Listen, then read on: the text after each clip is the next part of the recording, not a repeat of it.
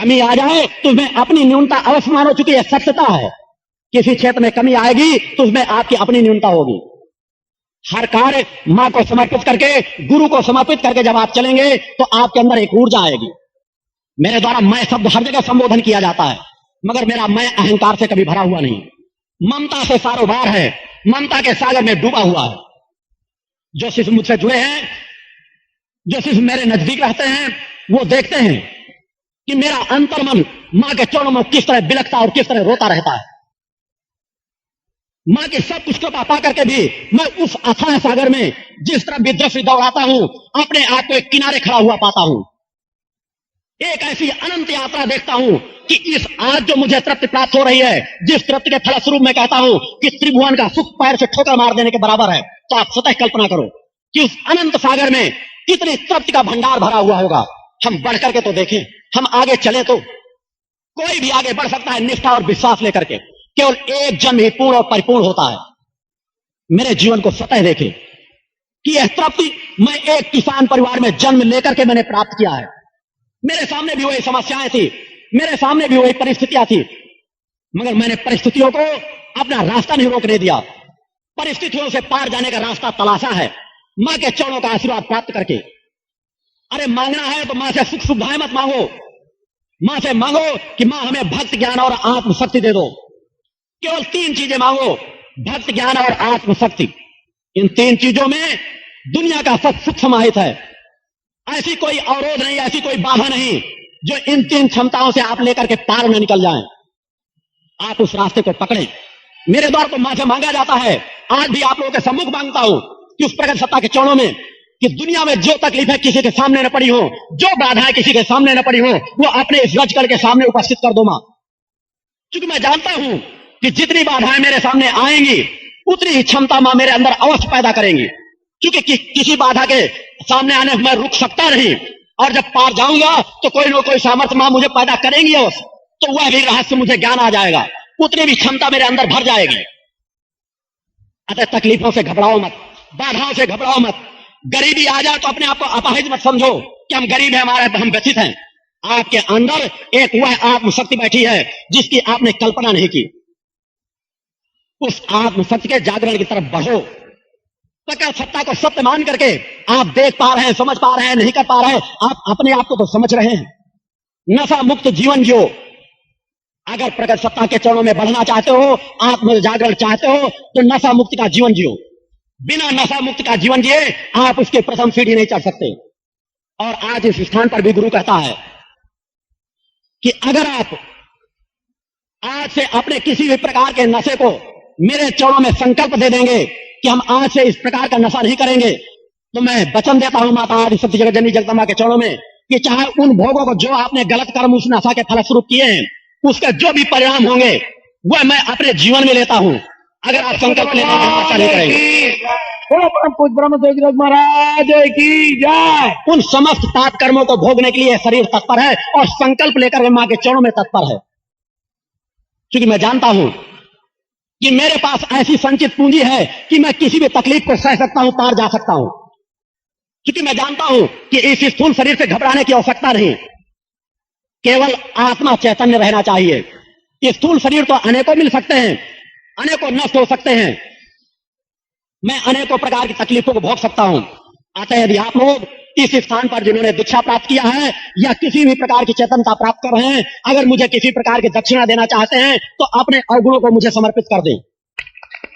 भगवान की जय। मैं आपको वचन देता हूं कि उन अवगुणों का कोई भी कुकर्म का फल आपको गलत नहीं भोगना पड़ेगा। उन समस्त फलों को मैं ले लूंगा और सत्कर्मों का फल तुम्हें प्रदान करूंगा। भगवान की जय। आप उस मार्ग पर बढ़ें निष्ठा और विश्वास लेकर के। आत्म जागरण की क्रिया के बिना कोई भी मार्ग सफलता का आपको मिल नहीं सकता। अपने बच्चों को चिंतन दें, उस रास्ते की ओर बढ़ाएं कि धर्म कर्म उनसे परिपूर्ण हो, बचपन से उनकी दिशा ऐसा मोड़ें। और इसके लिए आवश्यक है कि अपने गृहस्थ जीवन को संतुलित बनाएं, अपनी समस्याओं को बढ़ाएं नहीं। अपने घर में दूसरा जो चिंतन है आत्मा के विकास में सहायक, प्रकृति सत्ता के जहां आप आराधना करते हैं वहीं एक अपने पारिवारिक जीवन में एक बहुत बड़ी आप लोग न्यूनता करते हैं, उससे भी आपको मुक्त होना पड़ेगा। आप लोगों के जो समाज में लड़कियों के प्रति हीन भावना है, उससे अपने आप को उबारना होगा। प्रकृति के दोनों स्वरूपों को, लड़का और लड़की, इन दोनों को एक रूप में आपको मानना पड़ेगा। जब तक आप अपने परिवार में लड़कियों को हे दृष्टि से देखेंगे, आप प्रकृति सत्ता का आशीर्वाद पाने की पात्रता नहीं प्राप्त कर सकते। जिस तरह आप लड़कों से प्रेम करते हैं, वही प्रेम आपको लड़कियों के साथ होना चाहिए। अगर किसी समय आप सत्य का एहसास हर मनुष्य के जीवन में होता है, हर मनुष्य बाद में एहसास करता है कि लड़कियां हमें ज्यादा सुख देती हैं। मैं दूसरे क्षेत्र से चिंतन दे रहा हूं कि तुम स्वतः गृहस्थ का जीवन जीते हो, तुम स्वतः मां का स्तनपान करके इतने बड़े और पले हो, और स्वतः पत्नी का सुख उपभोग करके गृहस्थ में सुख और शांति से रहते हो, और जब आपके घर में बच्चियां जन्म लेती हैं तो उन्हें हे दृष्टि से देखते हो। कैसा न्याय है इस समाज का? एक तरफ उन्हें से सब कुछ प्राप्त करना चाहते हो, मां की ममता और पत्नी का प्यार, और दूसरी तरफ जब वह बच्चियों के रूप में आपके घर में जन्म लेती हैं तो उनको हे दृष्टि से देखते हो। इस मानसिकता से समाज को उबरना पड़ेगा। वंश परंपरा के लिए लड़कों के लिए पागल मत हो कि हमारे जब लड़के जन्म होंगे तभी हमारी वंश परंपरा चलेगी। आपकी वंश परंपरा कौन है, इसका ज्ञान आपको है ही नहीं। आप क्या जानते हैं कि अगर आप इस जीवन में हिंदू हैं तो कहीं ऐसा ना हो आप पिछले जीवन में मुसलमान रहे हो। आपकी पिछली वंश परंपरा कहां चली गई? आप किसकी वंश परंपरा चला रहे हैं? हो सकता है पिछले माता पिता, पिछले बच्चे जिनको आप पैदा करके चले आए हो, वो कहां पर भटक रहे हो। अतः बच्चे पैदा कर देने से ही, लड़के पैदा होने से ही आपकी वंश परंपरा नहीं चलेगी। आप अपनी वंश परंपरा को तो हर काल में चला रहे हैं। अगर आपने अपनी आत्मा को चैतन्य कर लिया तो अलग से किसी वंश परंपरा को चलाने की आपकी आवश्यकता नहीं। पहले उस अवस्था को प्राप्त करो कि तुम्हारे रोम रोम में यह बात समझ आनी चाहिए कि हमारा लड़का हमारी मृत्यु के बाद कर्म करे या न करे, हमको मुक्ति का मार्ग अवश्य मिलेगा। यह विचार आते ही आपको लड़के और लड़कियों में समानता नजर आ जाएगी। इन छोटी छोटी मानसिकताओं से आपको उबरना है। आपको सत्य को ग्रहण करना है, और जब आप इस सत्य को ग्रहण करेंगे तभी आपको वह प्रकृति से एकाकार होने की, पूर्ण प्रकृति को अपने अंदर समाहित करने का रास्ता मिलेगा। तभी आप जाति धर्म से ऊपर उठ सकेंगे। मैं भी ब्राह्मण परिवार में जन्म लिया हूं, मगर मेरे लिए कोई जात भेद नहीं है, कोई धर्म भेद नहीं है। मैं सभी को एक स्वर से स्वीकार करता हूं। मैं माता आदि शक्ति जगतजननी जगदम्बा को प्रकट स्वरूपा में मैंने देखा है, उनको समझा है, जाना है। अतः वह ज्ञान समाज को देता हूं। मगर फिर भी कहता हूं, अगर हिंदू, मुस्लिम, सिख, ईसाई, कोई भी और धर्म अलग से कोई रास्ता मुझे बता देंगे तो उनको भी नमन करके स्वीकार कर लूंगा, अगर सत्यता में बढ़ने में मेरे लिए सहायक होंगे। धर्म सभी एक हैं, एक दिशा की ओर बढ़ाते हैं। हम केवल परंपराओं में उलझ रहे हैं, परंपराओं में भटक रहे हैं, परंपराओं के वजह से लड़ और मर रहे हैं। इन परंपराओं से कुछ ऊपर उठने की जरूरत है। उस धर्म को स्वीकार करने की जरूरत है जो सभी धर्मों में एक है। सभी धर्मों में उन धर्म गुरुओं को तलाश करने की जरूरत है जिनके पास सत्यता है। मैं इस बात को नकारता नहीं। इस्लाम धर्म में भी एक से एक ऐसे व्यक्तित्व हो सकते हैं जिनके पास सत्यता है, क्षमता है, सामर्थ्य है। सिख धर्म में भी एक से एक ऐसे व्यक्ति हो सकते हैं जो दिन रात प्रकृति के चरणों में अपने आप को न्यौछावर करते रहते हैं और प्रकृति का आशीर्वाद प्राप्त करते हैं। मगर जो लोग धर्माचार्य बने बैठे हैं, मठाधीश बने बैठे हैं, सभी धर्मों का संचालक कर रहे हैं, वो राजनीति के चंगुल में फंस करके परंपराओं को एक धर्म मान करके हम आप सभी को आपस में लड़ा रहे हैं। उसे हमें मुक्त करने की जरूरत है। बचपन से आज तक मैंने कभी जातीयता के क्रम को अपने साथ अपनाने नहीं दिया। छोटा बड़ा ऊंची सभी मेरे साथ बैठ करके भोजन करते हैं। मैंने कभी जातीयता के क्रम को पनपने नहीं दिया। मगर आज जब समाज में देखता हूं कि राजनीतिक स्वार्थ के लिए जातीयता का सब बड़ा बीज बोया जा रहा है तो एक व्यथा होती है। उससे आप लोगों को उबरने की जरूरत है। माना कि सवर्णों में चूंकि व्यवस्था है, हो सकता है आपके साथ कुछ जातियां की हैं, मैं मानता हूं जातियां की है, मगर आज अगर उन जातियों से 100 गुना जातियां बहुजन समाज पार्टी के लोग करने लगेंगे तो क्या है सत्य होगा? मैं स्वतः बहुजन समाज पार्टी का कल्याण चाहता हूं, मगर ऐसा कल्याण नहीं तो टकराहट का कल्याण हो। ऐसा चिंतन नहीं देना चाहता कि अगर सवर्णों ने तुम्हारे साथ 2 गलतियां की हैं तो 100 गलतियां तुम करो। इससे तुम्हारे संस्कार नष्ट होंगे, इससे तुम्हारा कल्याण नहीं होगा। जब तुम अपने आत्मा के अंदर उग्रता पैदा कर लोगे तो शांति कभी तलाश नहीं पाओगे, और हर उग्रता के बाद केवल पतन का मार्ग मिलता है। अतः उन राजनीतिज्ञों से सतर्क रहो जो तुम्हें वोट बैंक समझते हैं। अपने संगठन को मजबूत करो, अपनी मांगों को रखो, बढ़ो, मगर उस संघर्ष का मार्ग अपना करके नहीं जिस संघर्ष में तुम्हारा स्वतः का पतन होना है। प्रकृति वह स्वतः परिस्थितियां निर्मित करती चली जाती है। अगर किसी के साथ जाति होती है तो उसका परिणाम प्रकृति अवश्य देती है, अगर हम प्रकृति को सत्य मानते हैं तो। और अगर हम प्रकृति से बढ़कर के अपने आप को मानने लगेंगे तो अगर आप 4 गलतियां आज करेंगे तो निश्चित मानो एक न एक दिन 4 गलतियों को दबाने वाला भी कोई तबका अवश्य खड़ा होगा। तो क्यों वह रास्ता अपनाते हो जहां पर कहीं शांति का मार्ग नहीं। मैं स्वतः कहता हूं कि मैं अपने ध्यान योग तत्पल के माध्यम से तुम अपने आप को प्रगति योग की ओर बढ़ाओ और देखो समानता स्वतः आ जाएगी, जाति भेद स्वतः नष्ट हो जाएगा। मगर उसके लिए अपने आपसी सामंजस्य के वातावरण को, भाईचारे के वातावरण को नष्ट करने की आवश्यकता नहीं। प्रकृति वह सब कुछ आपको स्वतः दे देगी और दे भी रही है। परिस्थितियां स्वतः ऐसी हो जाती हैं, मगर कभी अपने अंदर उग्रता मत आने दो, और दे भी रही है। परिस्थितियां स्वतः ऐसी हो जाती हैं, मगर कभी अपने अंदर उग्रता मत आने दो। सत्य तभी आप थाम सकोगे, सत्यता तभी आपके साथ आएगी। और दूसरी चीज, यह उत्तर प्रदेश है। उत्तर प्रदेश और बिहार में आपसी रंजिश वह स्वरूप धारण किए हैं जिसकी कोई कल्पना नहीं। वह कहता है उसने हमारे पिता को मारा था तो हम उसके भी पिता को अवश्य मारेंगे। इस मानसिकता से उभरो कि अगर उसने 1 हत्या की थी तो हम 4 हत्याएं करेंगे। हत्या का जवाब हत्या नहीं होता। अरे किसी ने स्थूल को नष्ट कर दिया तो तुम किसी के स्थूल को नष्ट करके अपनी आत्मा को क्यों दूषित कर रहे हो? बचा सकते तो पहले ही बचा लेते, अपनी सामर्थ्य के आधार पर, अपने सत्कर्मों के आधार पर। अगर आपके पास सत्कर्म है तो कोई भी आपको नष्ट नहीं कर सकता। आपका गुरु तो सदैव कहता है कि दुनिया में ऐसा कोई अस्त्र नहीं बना जो मेरे जीवन को नष्ट कर सके। भगवान की जय। जब तक मैं 100 महाशक्ति यज्ञ संपन्न नहीं कर लूंगा मेरे जीवन को कोई नष्ट नहीं कर सकता। उस मार्ग को तुम लोग क्यों नहीं पकड़ते कि अपने अंदर ऐसा तत्बल जागृत करो, ऐसी ऊर्जा जागृत करो कि एक ऐसी रेजे आपके आसपास नाचती रहें कि अगर कोई गोली भी आपके सामने चला दे तो वह गोली भी आपके अंदर प्रवेश न कर सके। सब कुछ किया जा सकता है और एक तत्बल के माध्यम से किया जा सकता है। उस रास्ते को पकड़ो। समय लगेगा मगर ऐसी सामर्थ्य आपको प्राप्त होगी जिसकी तुलना किसी दूसरी चीज से की ही नहीं जा सकती। प्रकृति का सहारा लो, आपका गुरु आपके साथ है, आपके अंदर सामर्थ्य भरने आया है, आपको चेतनावान बनाने आया है।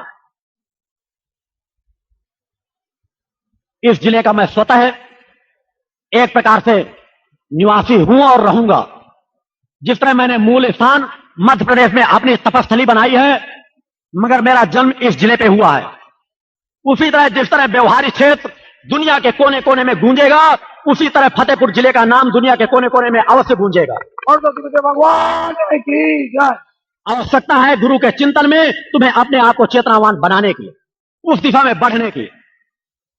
और उनसे शत्रुता मत रखो, उनसे दुश्मनी मत रखो जो तुम्हारे स्थूल को नष्ट करना चाहते हैं।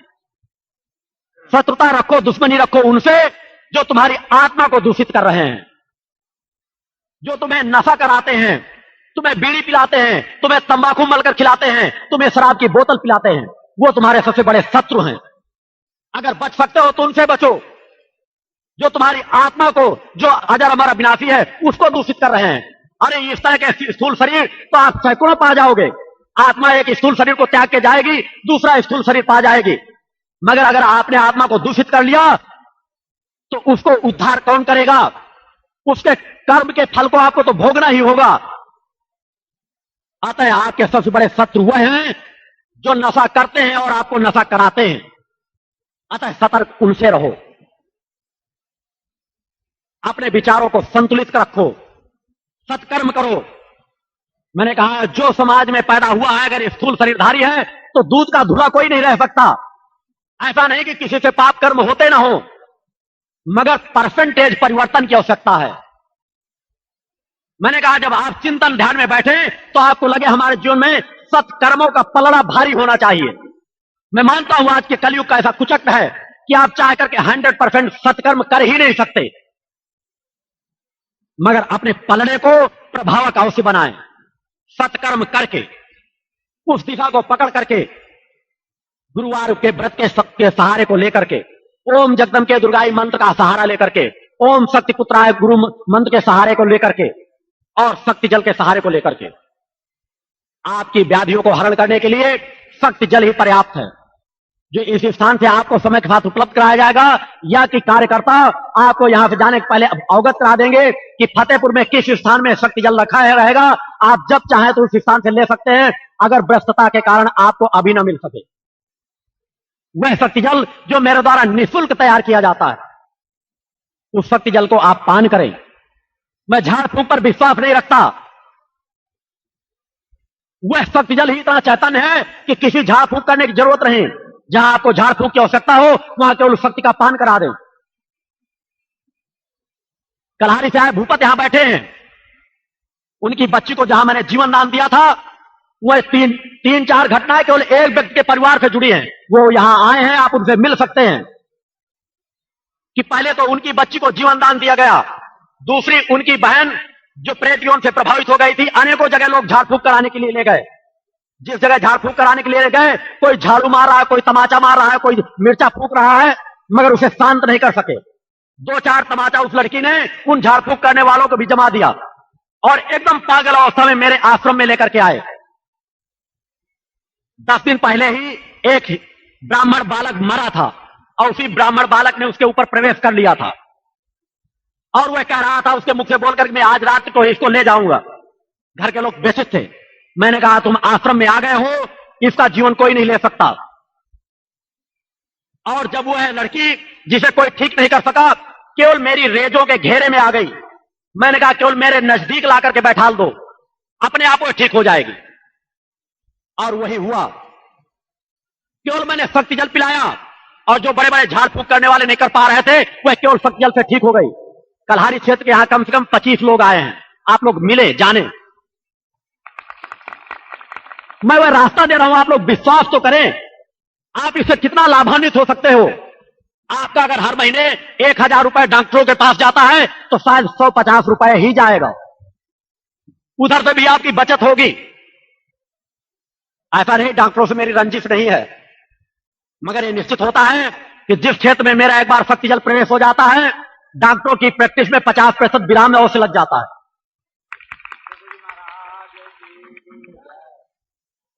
वो शक्ति जल का आप उपयोग करें। तीसरी घटना उन्हीं से जुड़ी हुई बता रहा हूं, ये मात्र इसलिए कि आप लोग बार बार कहते हैं जब तक हमको कुछ सत्य मिलेगा नहीं, हमको आपके ऊपर विश्वास नहीं होगा। वो लोग यहां आए हैं, उनका ड्राइवर, उनकी पत्नी, जिन्हें डॉक्टरों ने कह दिया था इनको कोई अब बचा ही नहीं सकता, आप हमारे अस्पताल से ले जाओ, हम नहीं बचा पाएंगे। 8-10 घंटे से पूर्णतः से निश्चेष्ट हो चुकी थी, बिना कोई चेतना के हीन हो चुकी थी। घर में ले जाकर उसको गंगा जल आदि पिला दिया गया था कि बस अब राम नाम इसका सत्य हो चुका है, गंगा जल अंतिम स्थिति में पिला दो और इसको ले जाने की शमशान की तैयारी करो। वो लोग आए हुए हैं, उनसे मिले। अचानक भूपत जब वहां पहुंचे तो उन्होंने कहा नहीं ऐसा नहीं हो सकता, तुम इन्हें हमारे गुरुजी के पास ले चलो। मैंने अपनी बच्ची को गुरुजी के हाथ से जीवन दान पाया है, शायद ये भी ठीक हो जाए। और निष्ठा, आस्था, विश्वास का फल मिलता है। लेकर उसे आए और वह जो पूरी तरह से निश्चेष्ट पड़ी हुई थी, मात्र मैंने शक्ति जल को पान कराया। मां के चरणों में केवल जहां अखंड चालीसा पाठ हो रहा था वहां थोड़ी देर के लिए लिटा दिया और आधे घंटे के अंदर अंदर वह महिला पूर्णतः चैतन्य हो गई और सबको पहचानने लगी, जानने लगी। और जिसे डॉक्टर लोग महीनों से नहीं ठीक कर पा रहे थे, मात्र 24 घंटे में मेरे आश्रम से भोजन करके पूर्ण चैतन्य होकर के ठीक होकर के गई। इस तरह की एक नहीं, कम से कम 1000 घटनाएं मात्र 1-2 साल के अंदर की आप लोगों को बता सकता हूं। आप लोग कैसी सत्यता चाहते हैं? आवश्यकता है आप आगे बढ़ो तो